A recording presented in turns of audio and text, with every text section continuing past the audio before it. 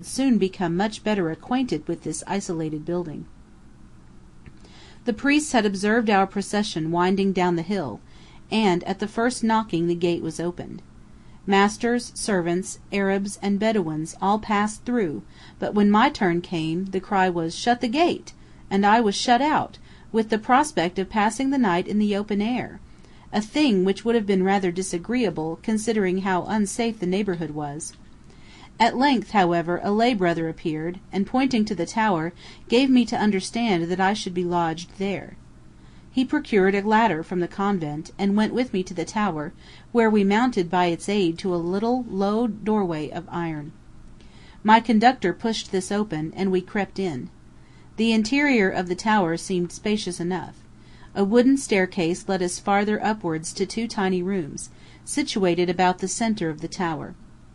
One of these apartments, dimly lighted by the rays of a lamp, contained a small altar, and served as a chapel, while the second was used as a sleeping room for female pilgrims.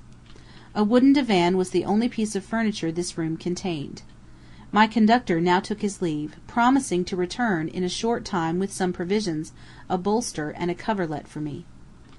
So now I was at least sheltered for the night, and guarded like a captive princess by bolt and bar. I could not even have fled had I wished to do so, for my leader had locked the creaking door behind him, and had taken away the ladder. After carefully examining the chapel and my neatly furnished apartment in this dreary prison house, I mounted the staircase, and gained the summit of the tower.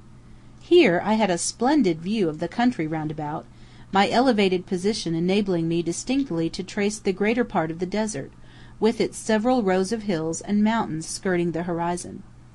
All these hills were alike barren and naked; not a tree nor a shrub, not a human habitation could I discover. Silence lay heavily on everything around, and it seemed to me almost as though no earth might here nourish a green tree, but that the place was ordained to remain a desert, as a lasting memorial of our Saviour's fasting. Unheeded by human eye, the sun sank beneath the mountains. I was perhaps the only mortal here who was watching its beautiful declining tints. Deeply moved by the scene around me, I fell on my knees to offer up prayers and praise to the Almighty, here in the rugged grandeur of the desert. But I had only to turn away from the death-like silence, and to cast my eye towards the convent as it lay spread out before me, to view once more the bustle and turmoil of life. In the courtyard the Bedouins and Arabs were employed in ministering to the wants of their horses, bringing them water and food. Beyond these a group of men was seen spreading out mats on the ground, while others, with their faces bowed to the earth, were adoring, with other forms of prayer, the omnipotent Spirit whose protection I had so lately invoked. Others again were washing their hands and feet as a preparation for offering up their worship. Priests and lay brethren passed hastily across the courtyard, busied in preparations for entertaining and lodging the numerous guests, while some of my fellow travellers stood apart, in earnest conversation, and Mr. B. and Count Salem Reiferscheit reclined in a quiet spot and made sketches of the convent. Had a painter been standing on my tower, what a picture of the building might he not have drawn as the wild Arab and the thievish Bedouin leant quietly beside the peaceful priest and the curious European! Many a pleasant recollection of this evening I have borne away with me. I was very unwilling to leave the battlements of the tower, but the increasing darkness at length drove me back into my chamber. Shortly afterwards a priest and a lay brother appeared, and with them Mr. Bartlett.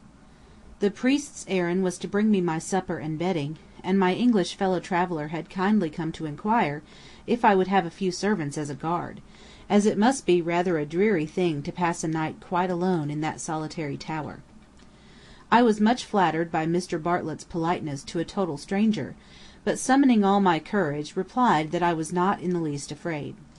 Thereupon they all took their leave, I heard the door creak, the bolt was drawn, and the ladder removed, and I was left to my meditations for the night.